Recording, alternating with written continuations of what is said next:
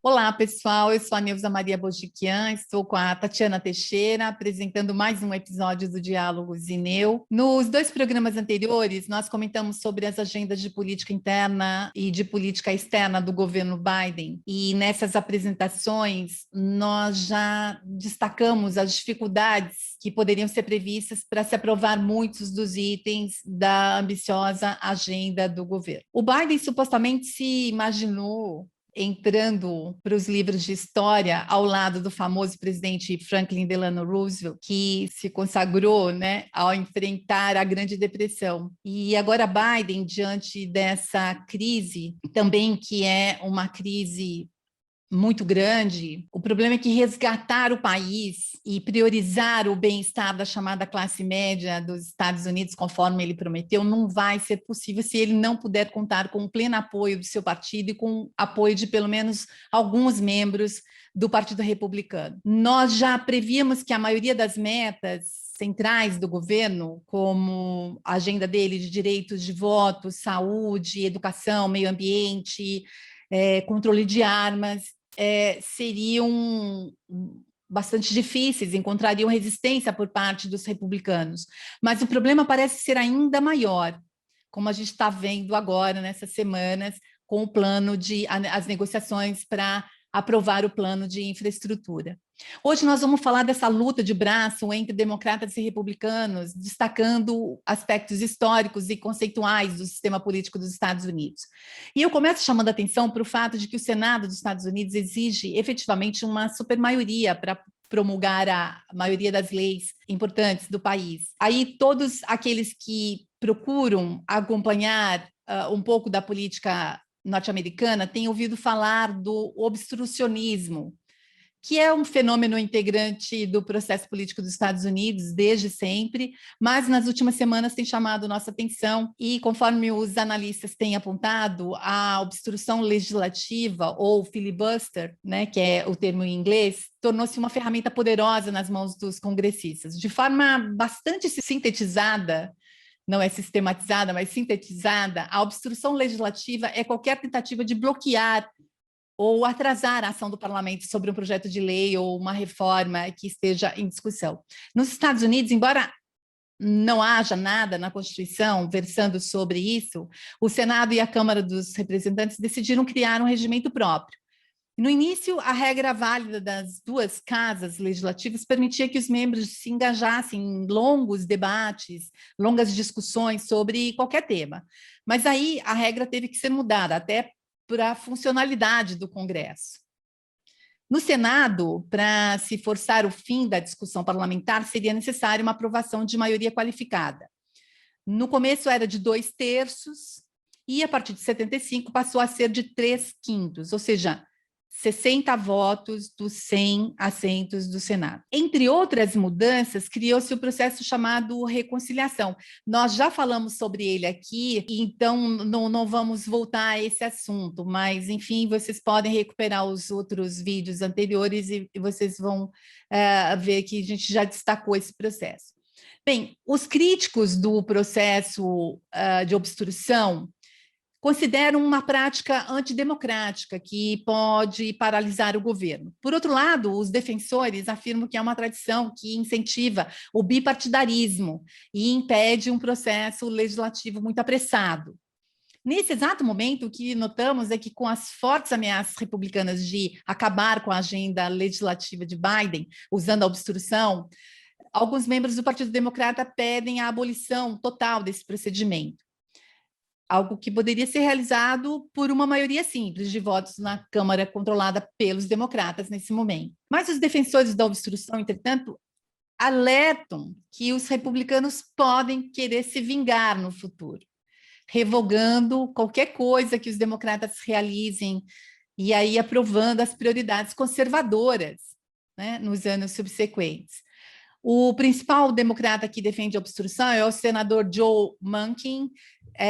Ele disse que as consequências seriam profundas na nação e talvez nunca mais haveria um governo estável, algo assim que ele disse, destacando que não está havendo consenso nem entre os democratas, tampouco entre os republicanos, eu gostaria de ouvir os comentários da Tati sobre as características do sistema político dos Estados Unidos, o que ela traz para a gente, o que ela destacaria nesse processo que é tão importante, que nesse momento nós estamos aqui acompanhando tudo isso para entender um pouquinho melhor. Então, Tati, fala aí para a gente o que você destacaria nesse sistema. Olá, Neuza. Olá, todo mundo. Bom ver você de novo, estar aqui com você no programa. Olha, a política doméstica dos Estados Unidos, ela tem esse sistema de 2 partidos. Na verdade, a gente remonta a 1800 e pouco, mais ou menos, né? Vou colocar uma tabela para vocês detalhando isso, mas no início a gente tinha o Partido Democrata Republicano enfrentando o federalista, embora durante muito tempo o Partido Democrata Republicano tenha sido o único grande partido, né?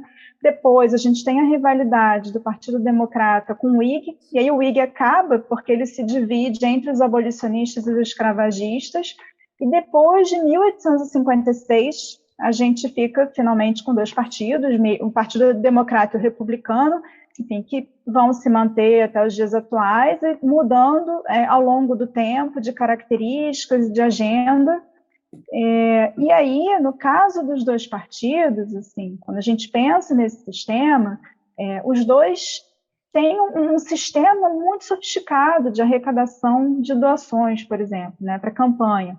Eles contam com uma ampla base eleitoral nos 50 estados, tem nome reconhecido e conhecido, né, pelos eleitores, e as próprias leis e regulações eleitorais acabam favorecendo esse sistema, porque tanto o Partido Republicano quanto o Partido Democrata são os 2 únicos que podem receber financiamento federal na campanha e que podem participar dos debates à presidência, né? Já os candidatos dos terceiros partidos, né, third parties, eles têm mais sucesso nos níveis locais e estaduais, e um nome muito conhecido da gente, né, Bernie Sanders, que é senador pelo estado do Vermont, ele é independente. Ralph Nader, que foi lá no início dos anos 2000, tinha mais visibilidade, foi candidato à presidência pelo Partido Verde, até hoje, né, os democratas consideram que ele teria sido responsável pela derrota democrata à presidência em 2000.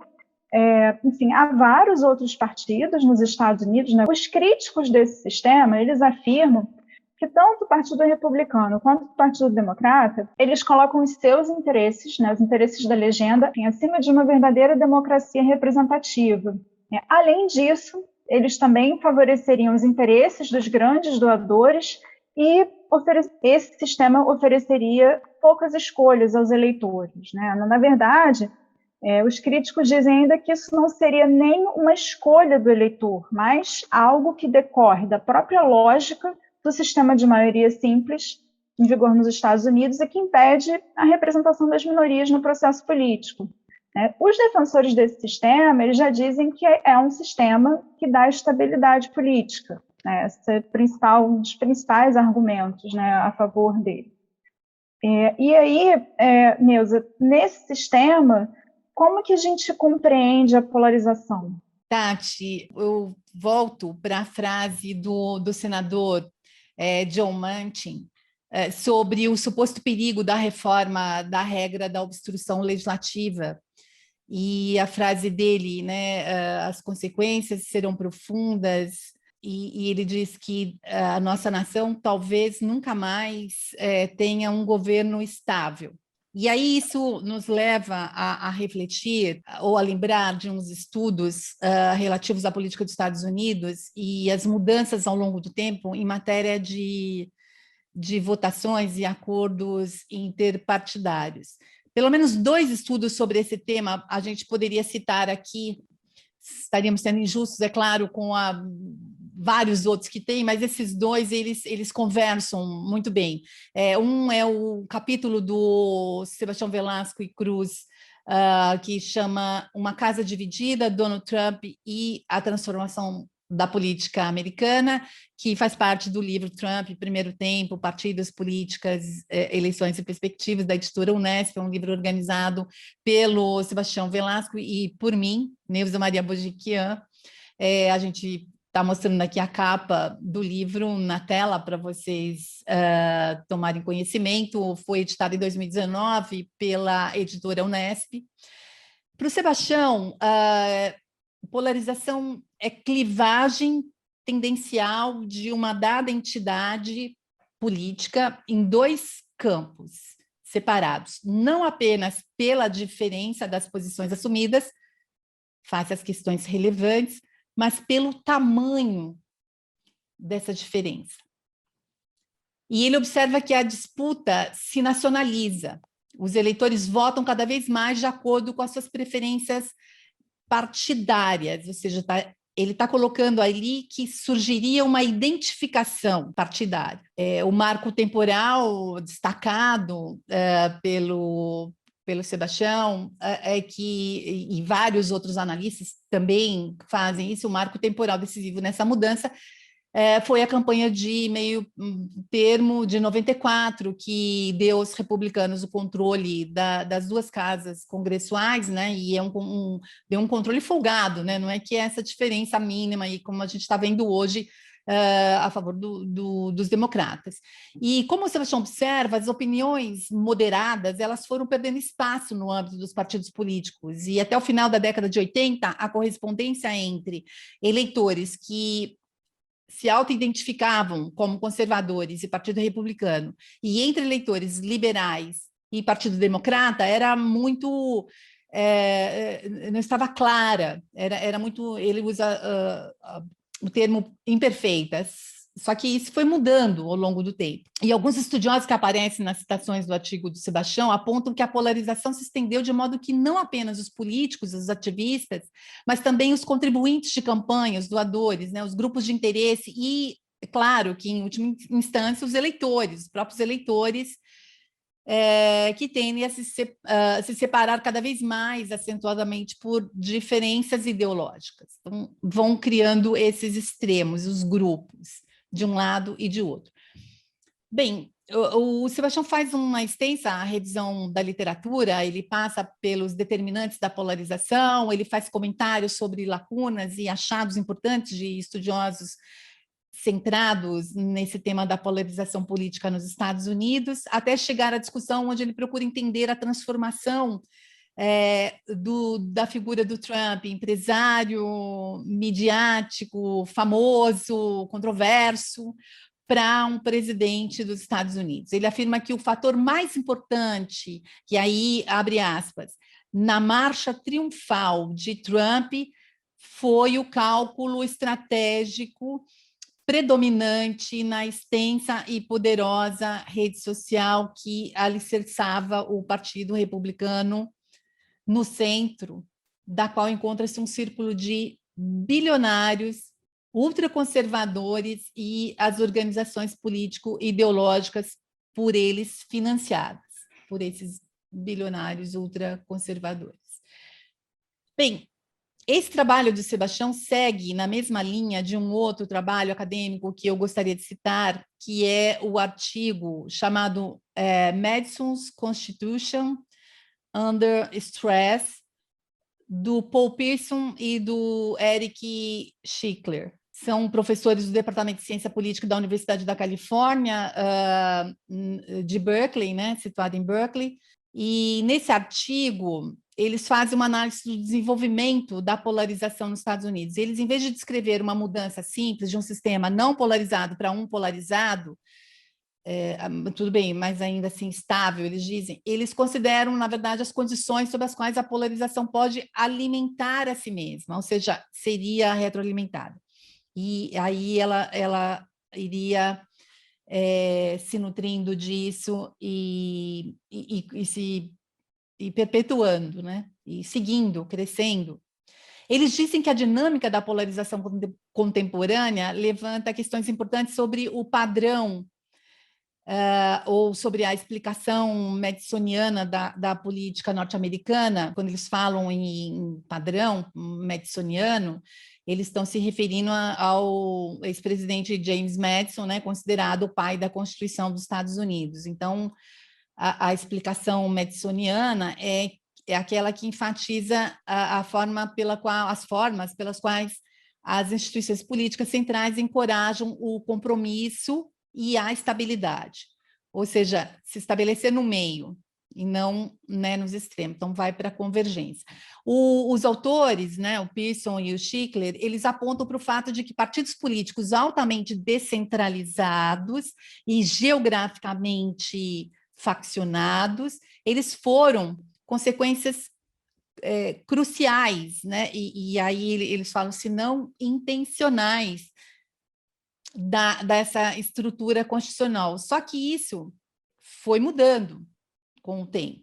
Os partidos no âmbito subnacional, então os partidos nos estados e nas localidades, não estão mais bem situados para desempenhar esse papel de compensação, de acomodação, ou seja, de enfraquecer a polarização. Em vez disso, eles são muito mais integrados nas redes partidárias nacionais, nas quais os recursos-chave estão fora do controle dos líderes partidários estaduais.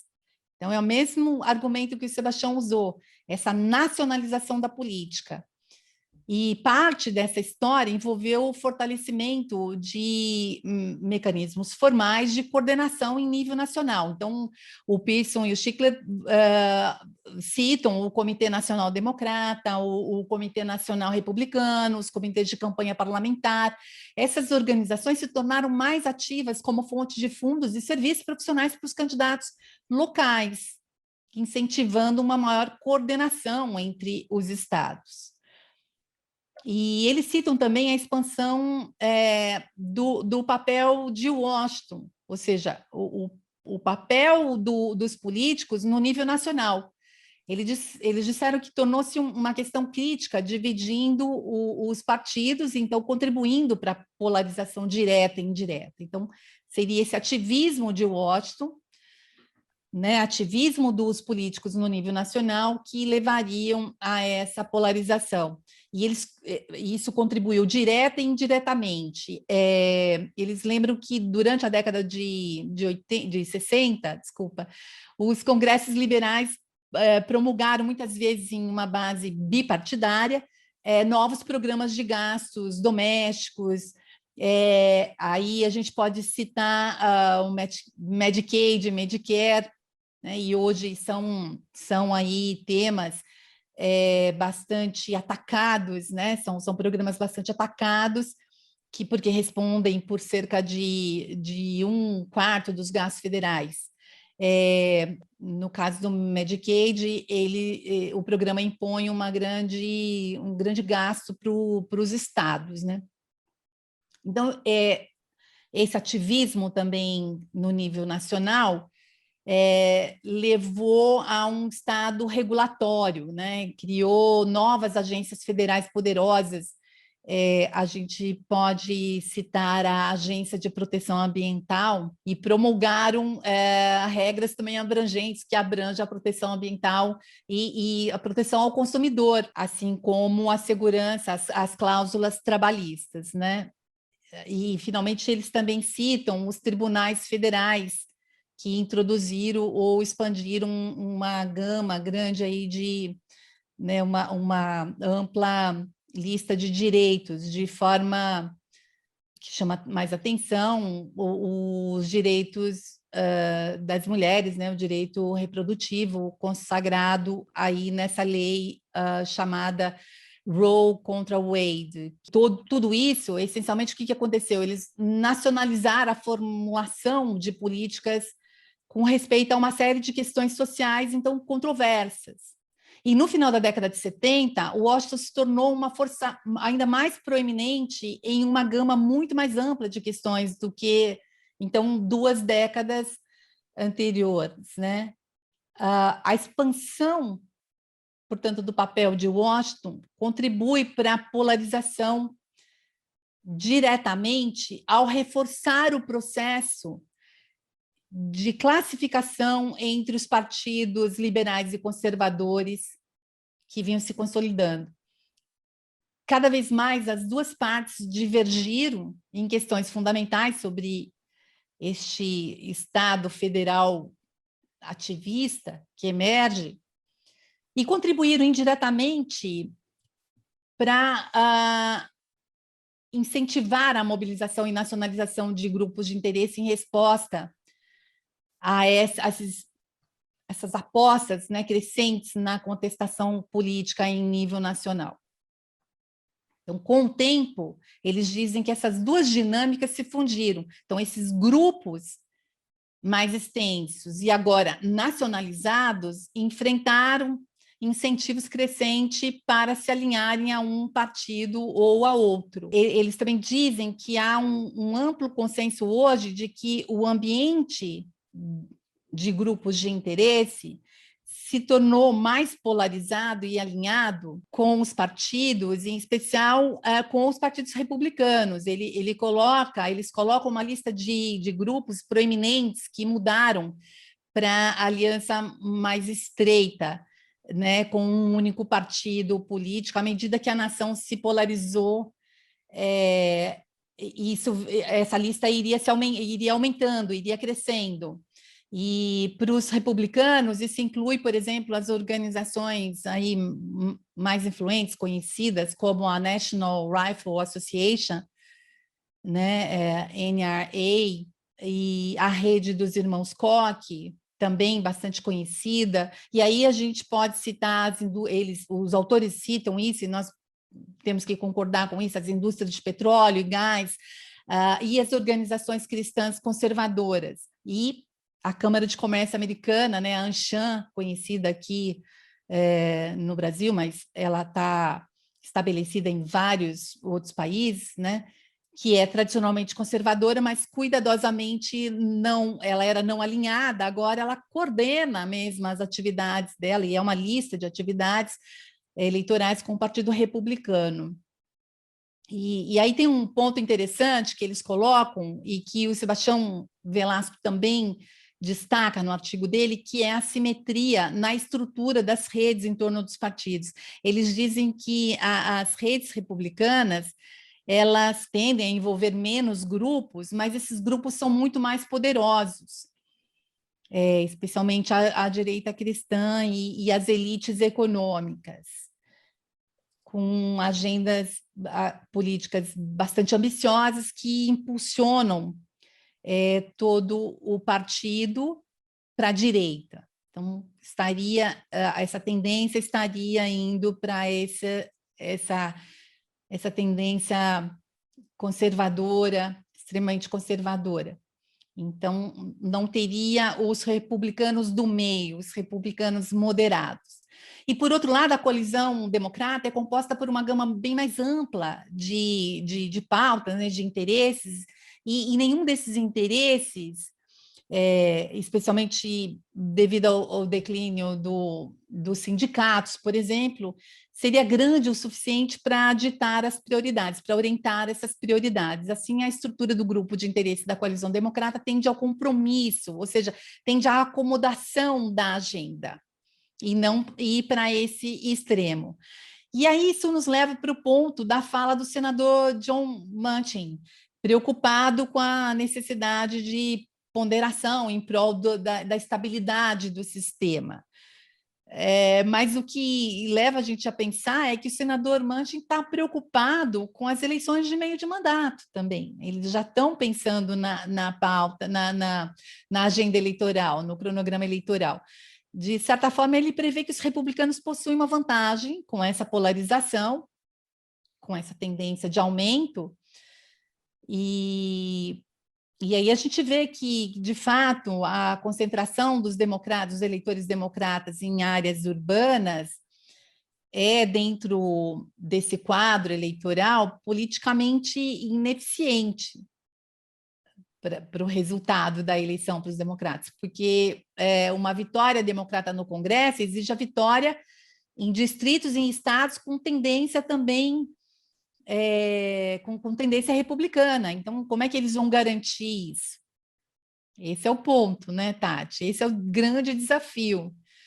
Então, falar, né, como é que vai encontrar esse bipartidarismo, né? Olha, eu, aproveitando o seu gancho, eu queria voltar a um ponto que você colocou como sendo marco, né, as midterms de 94, que a gente teve a revolução do Newt Gingrich, que nacionalizou a campanha, como você descreveu, contrato com a América.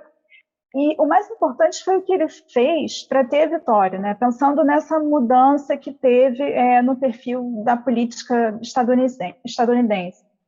Primeiro, ele unificou a linguagem dos candidatos republicanos para estigmatizar, né, de maneira bastante pesada, os oponentes democratas. Ele passou a adotar um estilo de combate partidário que é extremamente agressivo e que muitos veem esse mesmo estilo, viram no presidente Trump e continuam vendo, né, no Trump ex-presidente, e tudo isso com o objetivo de explodir essas coalizões partidárias que você descreveu aí, né, no início, né, da sua fala.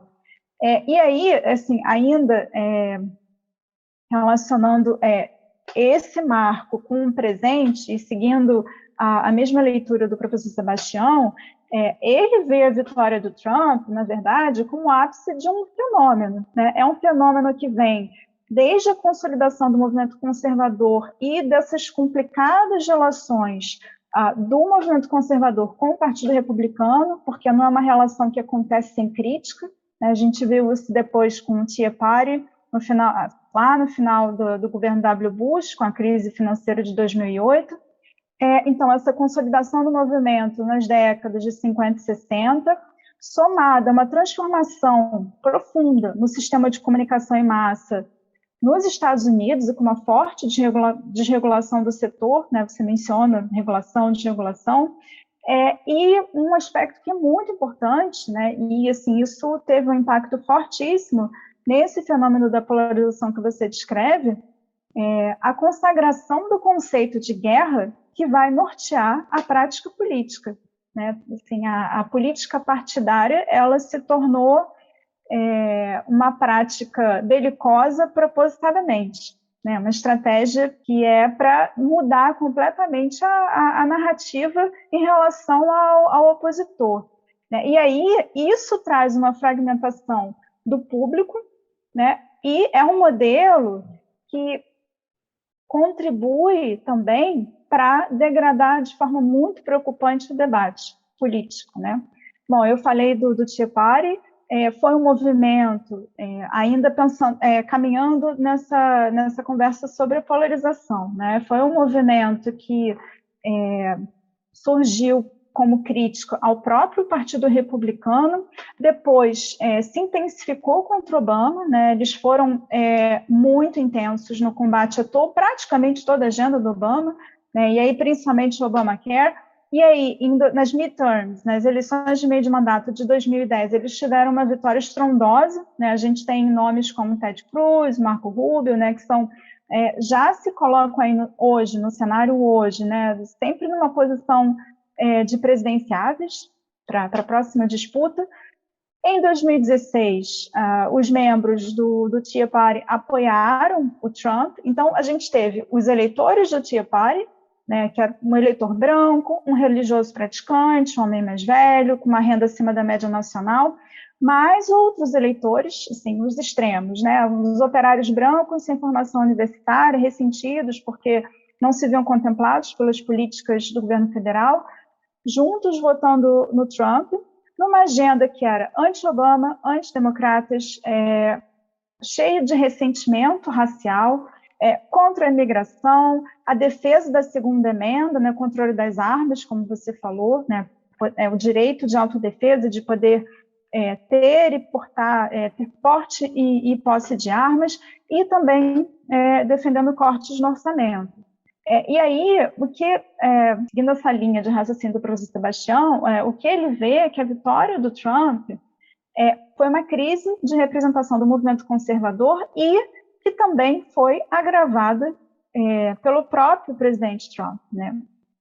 E aí, só para encerrar, o bipartidarismo, né, historicamente pensando, a gente falou da política externa, né, no programa passado, a política externa como aquele espaço de ação dos Estados Unidos no mundo sempre atingia um consenso interno, né, independentemente do partido do presidente ou de qual partido tivesse maioria no Congresso. Né? Então, em meio às turbulências internacionais, a política partidária ela ficava em segundo plano para que os dois lados tivessem uma política externa unificada. Aí veio a Guerra do Vietnã, que implodiu esse consenso. Esse consenso ele volta recuperado de forma mais assim artificial depois dos atentados de 11 de setembro, e por isso não vai durar. E aí ele volta, você mencionou a China, ele volta com esse consenso em relação à China como assim, consenso do inimigo sobre o nível de ameaça, mas não sobre os meios. Né? Assim, então, é isso. Pois é, Tati, e aí, assim, eu acho que com toda nesse contexto, né, de divisão, de temas sensíveis, a gente coloca de novo, né, traz aqui, por exemplo, para falar dos planos de infraestrutura, que eu comecei, né, o vídeo dizendo que a gente já previa dificuldade nesse contexto de polarização, essa aprovação desses temas. Agora, com relação aos planos de infraestrutura, deveriam ser muito mais fácil, né? Se comparado, por exemplo, a uma agenda de saúde, a agenda ambiental muito ambiciosa, né? Que tende a jogar um grupo contra o outro. Então, isso daí era previsto. Agora, o apoio para a reforma de todo esse complexo de infraestrutura, nós estamos falando de rodovias, pontes, túneis, aeroportos, metrô, tudo isso deveria, né, presumivelmente, deveria enfrentar menos resistência, né, dos republicanos. Mas a gente está vendo que a Washington de hoje, a vida está difícil lá para os congressistas e para os lobistas, né, que circulam por lá. Os republicanos e democratas não conseguem nem chegar a um acordo sobre uma definição comum, de comum acordo do que vem a ser infraestrutura, muito menos um consenso sobre qual o teto disso, quanto dinheiro gastar, né, investir nisso. É assim que os democratas dizem, e como isso seria pago, né? Ou seja, de que forma, qual seria a fonte de receita, né? As negociações, essa semana a gente viu aí nos jornais que elas ficaram intensas, né, entre o Biden e alguns representantes, né, do Senado, com os republicanos fazendo contrapropostas, aumentando ali, mais parecendo uma transação, uma barganha do que uma negociação, envolvendo aí múltiplas questões, envolvendo interesses mútuos, né? Então, tudo isso a gente viu que mais estava parecendo uma barganha mesmo, embora os democratas, né, a Casa Branca aí veio dizer que a oferta republicana não era suficiente, né, mas que eles acreditavam que haveria mudança nessas novas propostas que seriam apresentadas, né, e que eles teriam concordado em se encontrar novamente nas semanas aí subsequentes, né. O presidente Joe Biden, ele fez, só para a gente lembrar, né, ele fez a proposta dele de alocação dos investimentos em infraestrutura na ordem de 2,3 trilhões, né? E aí os republicanos do Senado, claro, contestando, vieram com propostas próprias, mas são propostas que estão muito abaixo desse valor. Esse valor aí bastante surpreendente. Tem um senador da Louisiana, ele disse que a proposta, aí teria uma proposta bipartidária, e que essa proposta custaria a metade do que a proposta apresentada por Joe Biden, enfim, e que alcançaria esses objetivos todos de revitalização desse complexo de infraestrutura do país. E então ele falou que com 1 trilhão, isso daí poderia ser atendido, né? Ou seja, está bem abaixo do valor aí que o Biden estava propondo. Enfim, e a senadora Susan Collins, que é do Maine, que também é uma senadora famosa, muito mais ponderada, né, do que os outros, os trumpistas, e, enfim, ela também disse que estaria empenhada aí numa negociação bipartidária, tentando encontrar uma saída para esse grande plano de infraestrutura, né? Mas ela reconhece que, né, eles estavam ainda tropeçando em questões básicas, como já falei, o escopo, o teto aí de orçamento, e como seria a forma de restituir esse valor todo pago, ou seja, reembolsar o tesouro, né? E a Susan Collins disse que tem trabalhado com outros 7 senadores, 4, então, com ela 8, 4 de cada partido, em uma forma de chegar a um compromisso para aprovar entre os 2 partidos e obter a aprovação do próprio presidente. Ela disse que o grupo continuará aí as negociações nas próximas semanas. Quer dizer, tudo isso a gente está mostrando que tem, sim, esforços, mas esses esforços, pelo que está acontecendo, pelo contexto de polarização, é realmente bem abaixo da expectativa do Biden, bem abaixo daquela ambiciosa. E para os temas sensíveis, então, eu diria que assim, a agência dele não é ambiciosa, ela é irrealista, né, para uma realidade que a gente está vendo hoje. Mas, enfim, é isso. A gente tem muito assunto ainda para discutir, mas hoje a gente vai encerrando por aqui, né, agradecendo a todos que nos assistem, que tem aqui já nos acompanhado no canal, e aquela frase de todo o vídeo: se vocês gostaram desta programação, deixe um like, continue com a gente, e nossa próxima programação irá ao ar no dia 24 de junho, então eu peço, a Tatiana também está pedindo para vocês não deixarem de assistir, que a gente vai trazer surpresas. E aí vai ser surpresa mesmo, né, Tati? Ah, sim. E vai ser uma surpresa ótima. Eu queria só comentar uma coisa aqui sobre infraestrutura. O clima, a gente sabe que a situação está pesada quando Obama vai dar entrevista para falar infraestrutura pela democracia no programa do Anderson Cooper de segunda-feira.